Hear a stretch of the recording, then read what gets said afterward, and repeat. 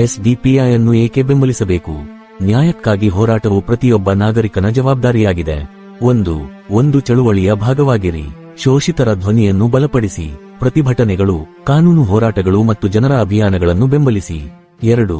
ಪ್ರಜಾಪ್ರಭುತ್ವವನ್ನು ಬಲಪಡಿಸಿ. ಪ್ರತಿಯೊಬ್ಬರ ಧ್ವನಿಯು ಎಣಿಕೆಯಾಗುವುದನ್ನು ಖಚಿತಪಡಿಸಿಕೊಳ್ಳಿ. ಪಾರದರ್ಶಕತೆ ಮತ್ತು ಉತ್ತರದಾಯಿತ್ವವನ್ನು ನಿರ್ಮಿಸಿ. 3. ಅಂಚಿನಲ್ಲಿರುವವರ ರಾಜಕೀಯ ಸಬಲೀಕರಣ.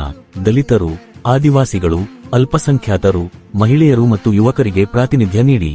4. ಸಾಮಾಜಿಕ ಮತ್ತು ಆರ್ಥಿಕ ಹಕ್ಕುಗಳನ್ನು ಬೆಂಬಲಿಸಿ.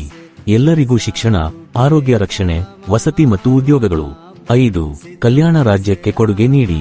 ತನ್ನ ದುರ್ಬಲರನ್ನು ರಕ್ಷಿಸುವ ರಾಷ್ಟ್ರವನ್ನು ನಿರ್ಮಿಸಲು ಸಹಾಯ ಮಾಡಿ. ನೀವು ಹೇಗೆ ಬೆಂಬಲಿಸಬಹುದು? ಸದಸ್ಯರಾಗಿ ಅಥವಾ ಕೇಡರಾಗಿ ಚಳುವಳಿಯನ್ನು ಸೇರಿಕೊಳ್ಳಿ. ನಿಮ್ಮ ಸಮುದಾಯದಲ್ಲಿ ಜಾಗೃತಿ ಮೂಡಿಸಿ. ಸಂಪನ್ಮೂಲಗಳನ್ನು ಒದಗಿಸಿ, ಆರ್ಥಿಕ ಅಥವಾ ವಸ್ತು ರೂಪದಲ್ಲಿ. ಹೋರಾಟಗಳು ಮತ್ತು ಅಭಿಯಾನಗಳಲ್ಲಿ ಒಗ್ಗಟ್ಟಿನಿಂದ ನಿಲ್ಲಿರಿ. ಒಟ್ಟಾಗಿ ನಾವು ಉತ್ತಮ ಭಾರತವನ್ನು ನಿರ್ಮಿಸಬಹುದು. ಎಸ್ಡಿಪಿಐ ಅನ್ನು ಬೆಂಬಲಿಸುವುದು ಎಂದರೆ ಅವಕಾಶವಾದವಲ್ಲ, ಆದರೆ ತತ್ವಗಳ ರಾಜಕಾರಣವನ್ನು ಬೆಂಬಲಿಸುವುದು. ಇದರರ್ಥ ಇವುಗಳಿಗಾಗಿ ನಿಲ್ಲುವುದು. ಶೋಷಿತರಿಗೆ ನ್ಯಾಯ, ಅಂಚಿನಲ್ಲಿರುವವರಿಗೆ ಗೌರವ, ಪ್ರತಿಯೊಬ್ಬ ನಾಗರಿಕನಿಗೆ ಸಮಾನತೆ, ಎಲ್ಲರಿಗೂ ಪ್ರಜಾಪ್ರಭುತ್ವ. ಇದು ಕೇವಲ ರಾಜಕೀಯಕ್ಕಿಂತ ಹೆಚ್ಚಾಗಿದೆ, ಇದು ಜನರ ಧ್ಯೇಯವಾಗಿದೆ.